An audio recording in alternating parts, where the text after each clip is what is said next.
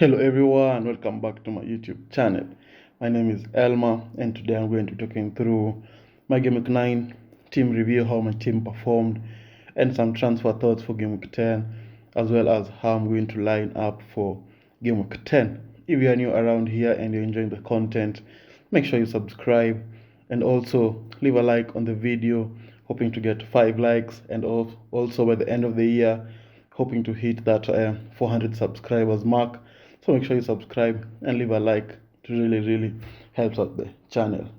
So first I'm going to go through my Game Week 9 team performance. I managed to score 78 points, which is very good. Taking my overall points to 452, and I was able to climb up the ranks to 4.1 million. Looking to creep into that 3 million by the end of Game Week 10. We'll see how that goes, but it was a very strong performance from the team for this game week. So in goal, we had Raya, who scored 6 points, keeping a clean sheet, which was really good. Then he had Cancelo, who scored 1 point. United scored 3 goals. As I predicted, United are going to score a goal at least, so wiping out that clean sheet. And Cancelo was not really attacking, although Man City scored 6 goals, which was really disappointing. Then he had Trippier, who was subbed off before Newcastle conceded a goal, so he managed to just keep that clean sheet and also picked up one bonus point, which was really good. Then you had Trent, who picked up 0 points. They conceded 3 goals to Brighton, which was a really poor performance from them, especially Trent. Hence why I got 0 points. Then you had Reece James, who only scored 2 points. This conceded to Crystal Palace. Hence why I did not keep a clean sheet, so only 2 points from him. Then you had Luis Diaz, who came off the bench. Did not start, unfortunately, and managed to pick up an assist, which I think was really good. Then you had Martinelli, who also got an assist against Spurs, hence the 4 points as well. Gordon also did not start, came off the bench to only give me a 1-pointer. It was really disappointing. Then you had Kane, who scored a goal against Arsenal from the penalty spot, hence the 6 points. Then Haaland, 46 points, who was my captain, scored 3 goals and also got 2 assists, hence the 46 points. Then Ivan Toney, who had a really poor display against Bournemouth. I thought he was going to score a lot of goals because Bournemouth have been really poor defensively, but maybe they are working on their defense with the new manager, hence why it's hard to score against. So Tony only picked up 1 point there. Then to the bench where we had Ward, who managed to keep our first clean sheet of the season and picking up some bonus points as well as some save points, hence the 8 points. Then you had Leon Bailey there with 2 points, disappointing display from him. Then Nico Williams -1 because they conceded a lot of goals against Leicester. And then Andres Pereira there with 2 points. Fulham were really poor, hence why I did not score a lot of points. So that was the team for Game Week 9. So a really good performance. Hope that we can be able to carry that on to Game Week 10. So before we go to my Game Week 10 team, I'm thinking of doing some transfers to the team first.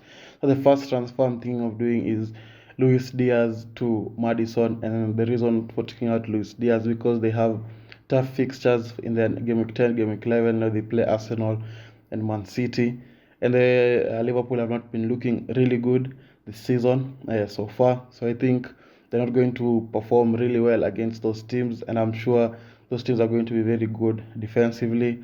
Liverpool have just been poor, and I think it's time to move on from Liverpool players until they start performing well again. And then I'm going to go for Madison. I think they have easier fixtures on paper in the league right now. And Madison, we saw what he did against Nottingham Forest. He was the main man for for Leicester. As I've always said, he's the main one for the team. So I think it's just right to go for him and hope that he'll be able to perform in the next game week. And then the other transfer I'm thinking of making is going from Anthony Gordon to Rodrigo. But I'm not so sure about this transfer. I may just start Pereira, who's going to be on my bench. So it's a 50-50 chance that I'm going to do this. So I'm thinking about taking Gordon out because he's not been performing well and they have tough fixtures.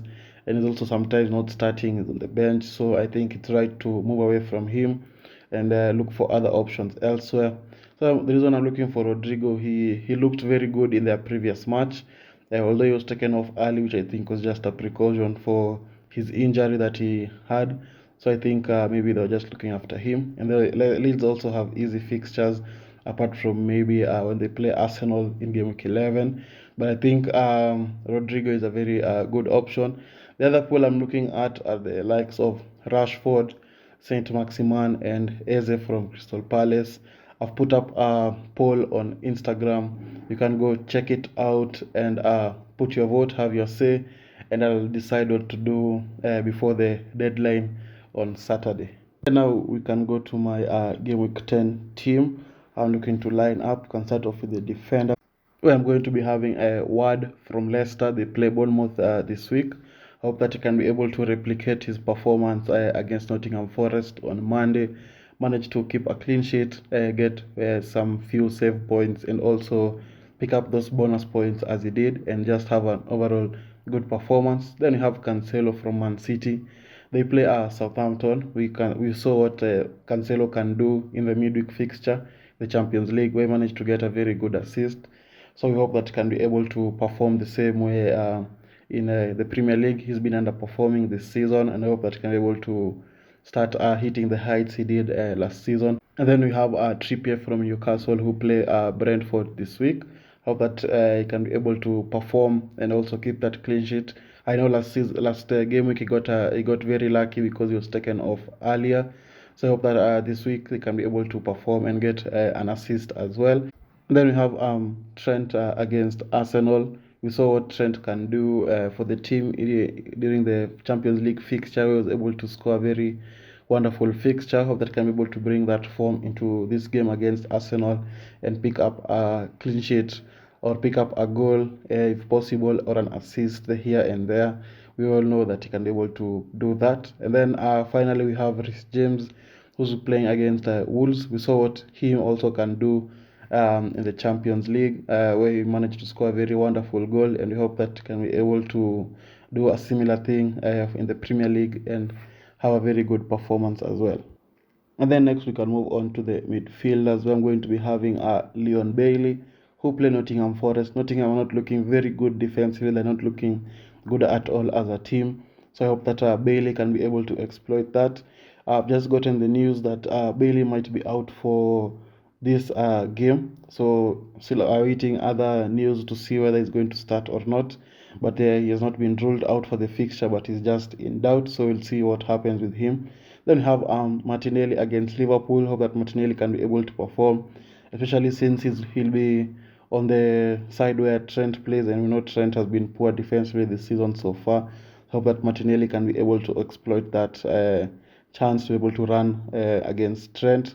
Then we have Maddison, who I'm going to be bringing in. I'm the sure one I'm going to be bringing in. They play Bournemouth. Just hope that can be able to perform the way he did against Nottingham Forest and pick up those points and also have a very good performance as well. And then finally we can go to the forwards. I'm going to be having Kane against Brighton. Brighton looked really good against Liverpool, but they still managed to concede some goals. So I hope that Kane can be able to score a goal here and there, because Brighton are not looking very good defensively. As I've mentioned, they conceded some goals to Liverpool, so that Kane can be able to exploit that. Then you have Ivan Toney, who are going to be playing Newcastle. I know Toney looked really poor against Bournemouth, and so just with Brentford in overall, so that he can be able to perform against that Newcastle team, who are also not very good defensively. And then we have Haaland, the Mr. Inevitable. You all know he's going to score no matter what. So we're going to play against Southampton. Hope they can be able to get another hat-trick, and that's the person I'm going to be captaining this week. Hope that can be able to deliver the points again for this week. And then to the bench, I'm going to be having Raya against Newcastle, Gordon against United, Pereira against West Ham, Williams against Aston Villa. And that's going to be my team. It looks like a really solid team, apart from maybe the midfield, which looks a little bit rough, looks a little bit bad.